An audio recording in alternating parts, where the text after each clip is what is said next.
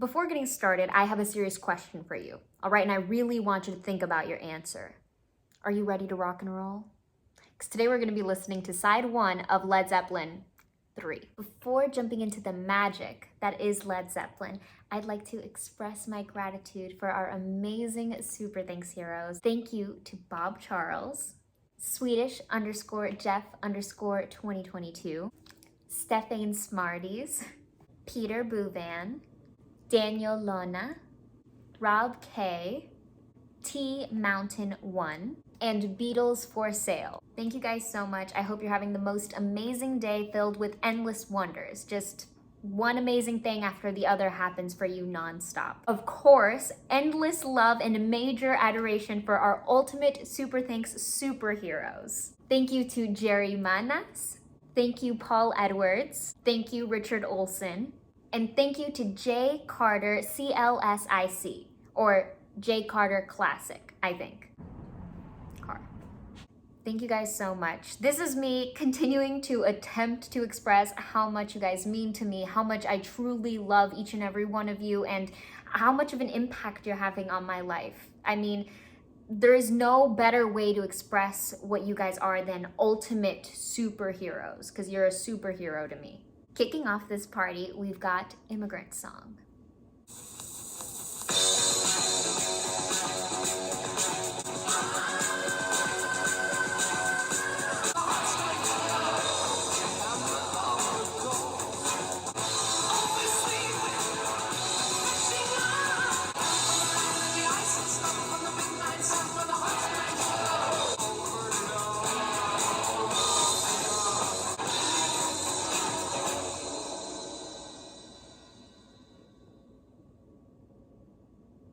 All these little tricks that all these different bands have been playing on me lately. I'm never sure when a song is truly over, or if it's a trick ending, or if there's a new section that's gonna burst onto the scene, so I just like to wait it out, just to be a little cautious.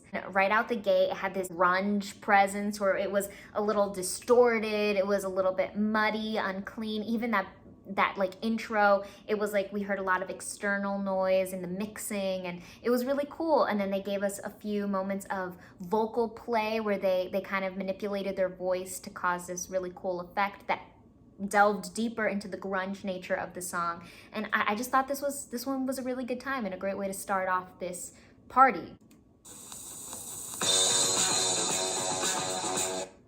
The distortion that exists in that muffled, scratchy, almost borderline twinkly noise there at the intro provides a sort of relaxed tone, while at the same time indicating that something epic is about to just pop out. And what's so cool about this song is that it's so alive and it's so in our face. It's already very rock and roll. We can see the metal in the sounds, yet there's a total minor overcast on this song, and the way that the minor is being expressed isn't in this gloomy sort of way, but it's more in this like eerie, hardcore way.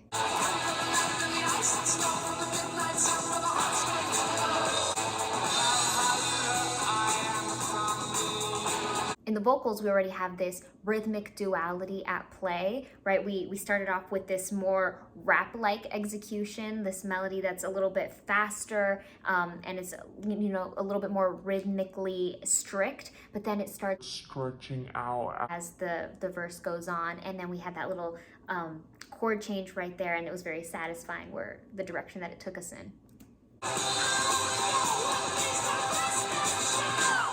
And then they can take us up that musical ladder and end up in a really beautiful, high-placed falsetto that's extremely resonant and vibrating.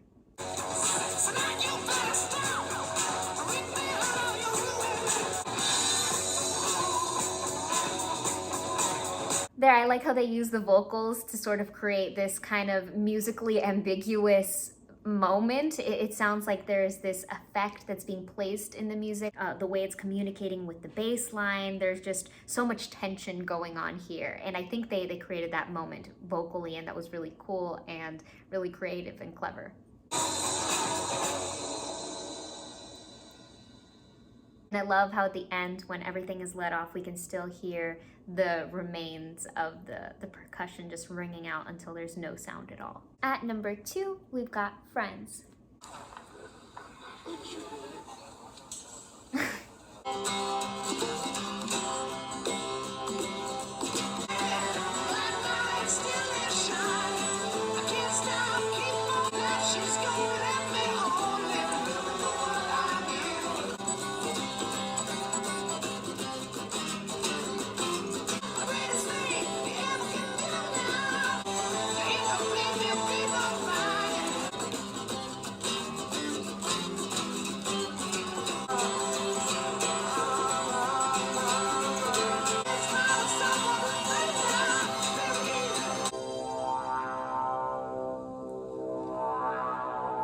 Well, that one kind of took me for a ride and completely by surprise. I was not prepared for that. I feel like I kind of lost myself in all the cloudy dissonance here and there. I wasn't prepared for it. What was really interesting was how it was a total coin flip opposite from what we started with number 1, the Immigrant song, and then Friends. Friends was this major moment, right? With Immigrant song, we had a minor that felt very cheerful. But this one was a major that felt very, very dissonant, very clashing. Like the pitches didn't always agree. It created really great moments of suspense and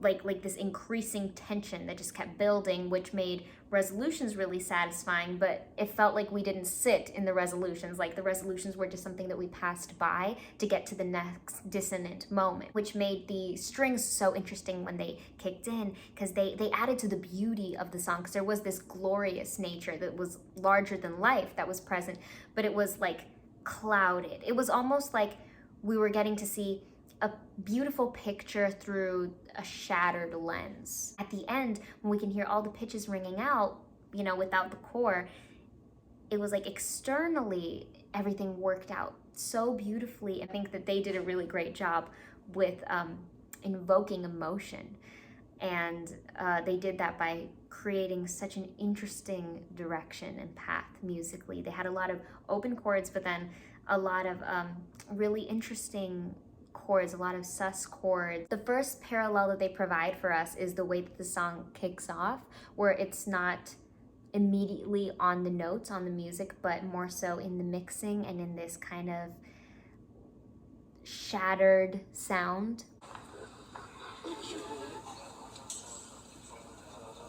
But where this song, Friends, takes it a step further than the Immigrant song is that it feels like we have some sort of looped effect working its magic in there as well. We can just tell that the tape is being messed with, and it creates a really eerie, unsettling feeling even before the music is added. What I love about the acoustic guitar being the first musical sound is that it's major. It feels like we're about to get a little bit like more stripped, a little more raw. It's acoustic, it's bare, and it's happy and sunshine so far.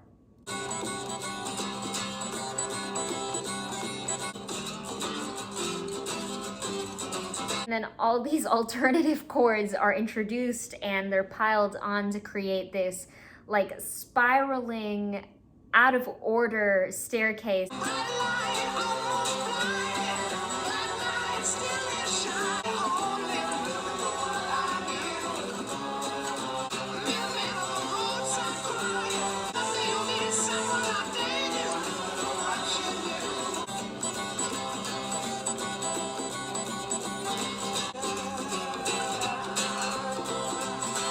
To give Led Zeppelin major props for this one, because this song actually seems extremely challenging and difficult to perform, even just on an instrumental level. The way that all the notes clash with one another, it seems very difficult to know your part depending on whatever instrument you play. And then as the vocalist, with the vocals completely going against all of the clashing pitches down in the instrumentation, this will be so difficult to sing, especially looking at this as a vocalist. So the fact that they're able to execute it so well, so flawlessly, is extremely commendable.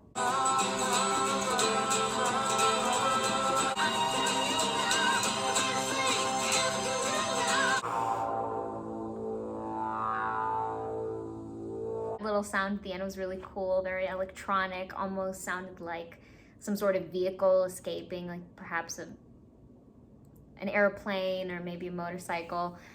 This was definitely not a song for a beginner. And I would go as far as to extend that to a beginner listener as well. I don't think this would be the right place to start.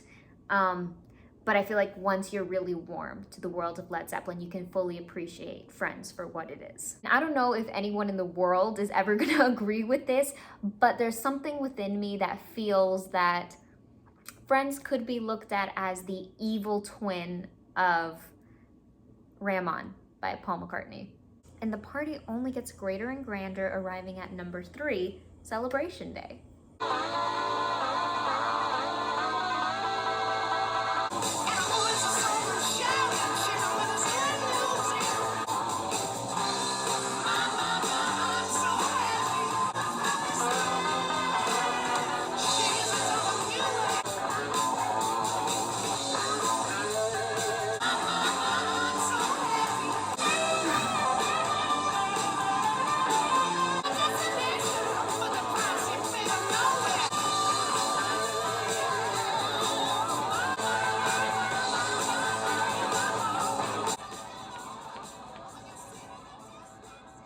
The energy in Celebration Day was just completely electrifying. They definitely kept that celebration alive in Celebration Day. Starting off with that synthetic bridge, right, linking Friends on over into Celebration Day, we kind of had that sort of, that wah-wah starting us off, and it placed us right in the perfect zone for everything to happen. It felt like we were showered with a parade of sevenths that, you know, added to that spirit, that very lively, fun, and festive spirit of this song. And then the percussion did wonders. It felt like lots of tiny fireworks and explosions. We had those little electric guitar solo moments, just the tiny little passages that just kind of blew me away. And then everything that happened vocally was really interesting and fun.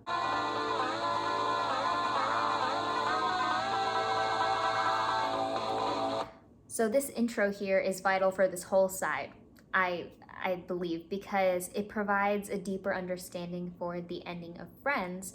I had initially taken it in as this like trailing off or like a departure kind of feeling, like we mentioned, but here it shows us that actually it was a amping up, like things are getting even more involved and getting more chaotic and leading into a full-on celebration.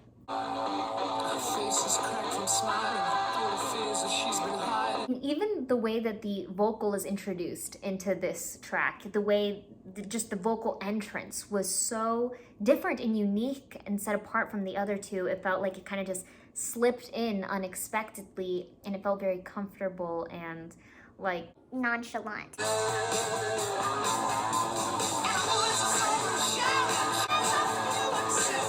Just like that, in the next second, he gives us the flip side of his voice and completely places it in a different register and gives us this beautiful full tone that we're so used to.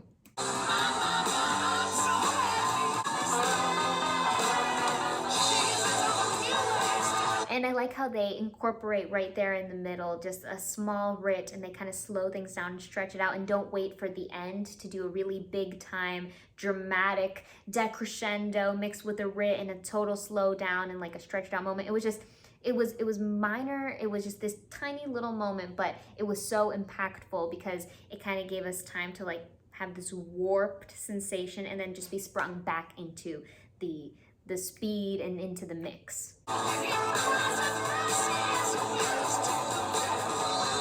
A strong driving force for how alive and thriving this song is that really, really catchy riff, that the way it kind of like plays with the melody a little bit and then goes up and then brings us down. It's very playful, and the way that it communicates with the percussion I think is really fun and exciting. It kind of gets you going a little bit. There's no way anyone can be lethargic listening to this song. I think that's just an impossibility.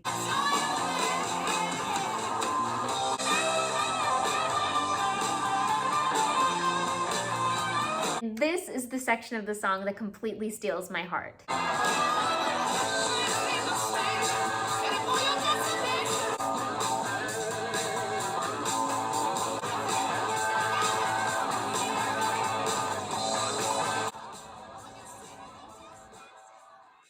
So far, I think Celebration Day is a major standout from this side. I mean, we're not done yet. We have 2 full other songs to get through. But that bass line was just so hooky. Everything about it was very catchy and charismatic. Hoy, el número 4 es Since I've Been Loving You.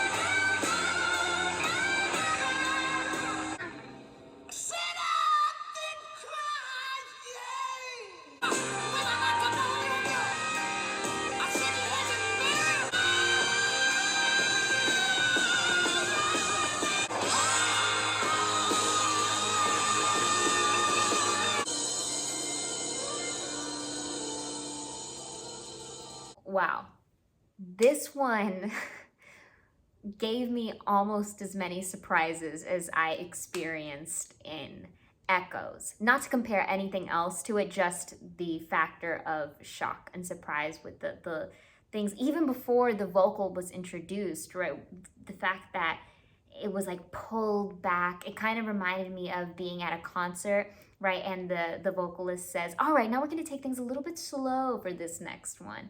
And, you know, it really, really sits and it gets really, really soulful and like heart piercing. And then when the vocal came in, that was another shock because I was prepared for this whole song to be an instrumental for some reason, and I wasn't prepared for it to be so long. This is definitely by far the longest on this side, but I'm so grateful that it is. And I'm so grateful that Celebration Day was my favorite at that point because Since I've Been Loving You came right in and swept first place. I mean, numero 4 for the win, always. Not always. But this time for sure. This time for sure so far. I wasn't expecting this bluesy feeling, just so beautiful, so in the pocket. And then the organ coming over with all those pitches that just rang out so clearly and so beautifully. And the way that, yes, we had these moments that were so stretched out, but for not even 1 second did I feel like it was dragging and slow and boring, but it was emotional.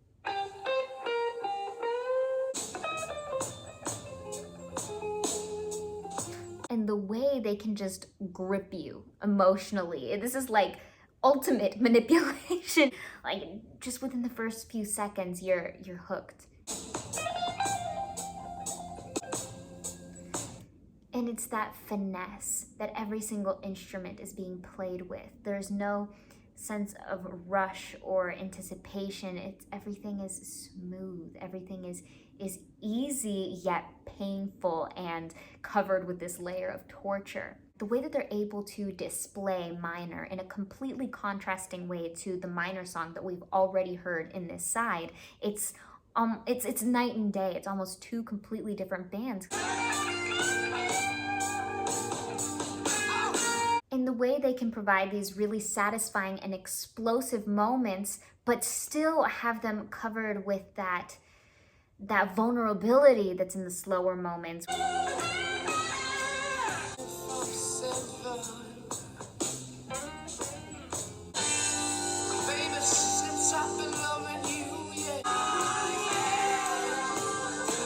And what's really interesting there is that we have a double entendre in terms of a progression upwards, because we have this build going on in the direction of the music, but then as we have that escalation upward to add to the increasing chaos, we also have that organ slipping right in again and working its way, integrating into the music, creating that bigger, higher up feeling, and it helps that the pitches are higher pitched. So it is all moving in that same direction.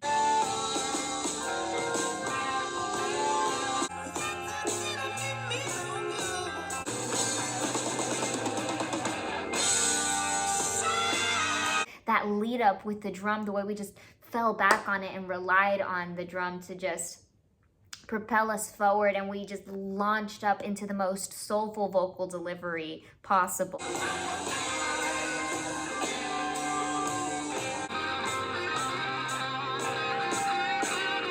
There's no way a person can listen to this and not get their soul just trapped into the music.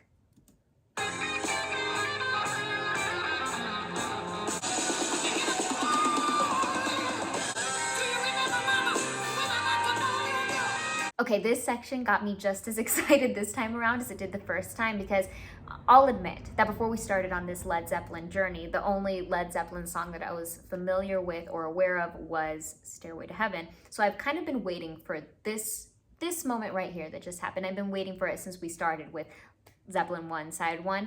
And it's been that, finding that moment where Stairway to Heaven is born, or the idea, the seed is planted. And I sincerely feel that Since I've Been Loving You needed to happen in order for Stairway to Heaven to happen. It's like when we were listening to the Beatles albums, how we can start seeing some seeds of ideas growing in some earlier albums that would be further explored in later albums, or just things starting to shift and change in order for other things to happen.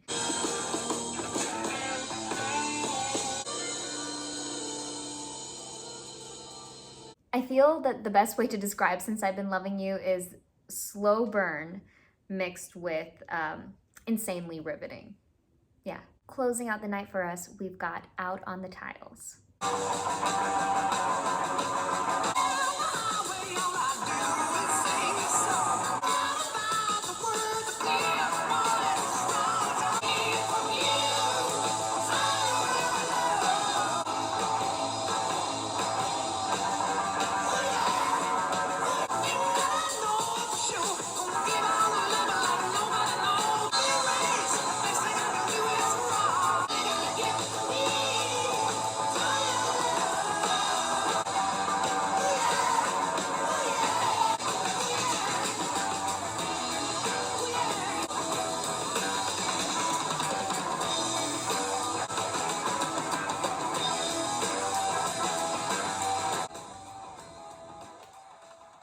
Okay, I gotta admit that even though Numero Cuatro, Since I've Been Loving You, takes the crown for the night, Out on the Tiles was the perfect way to end this side. I wouldn't have picked another song that would have been better. This Out on the Tiles was so perfect, it was spot on. It was really bright, cheerful, sunshine, delight, and it was very playful. All throughout, there were a lot of motifs and really fun, catchy themes that repeated and kept this sort of light vibrancy alive. Everything was so fun about it. The percussion, the riff, the vocal melody, everything was just spot on, perfect. Thank you guys so much for continuing down this just insane yet remarkable journey with me. It wouldn't be the same without you guys, and it wouldn't be the same without this amazing music that's been recommended to me by you. You guys just have immaculate taste. Now, it wouldn't be a proper goodbye without a little something special for you. Jerry Manas, Paul Edwards, Richard Olsen, and now JCarter CLSIC. You're fantastic, sent from up above, covered in purest love. It's crazy how much you mean to me. You saved me, and I'm grateful for you. Thank you.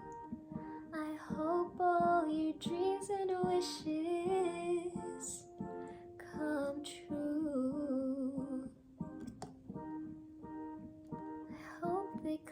true.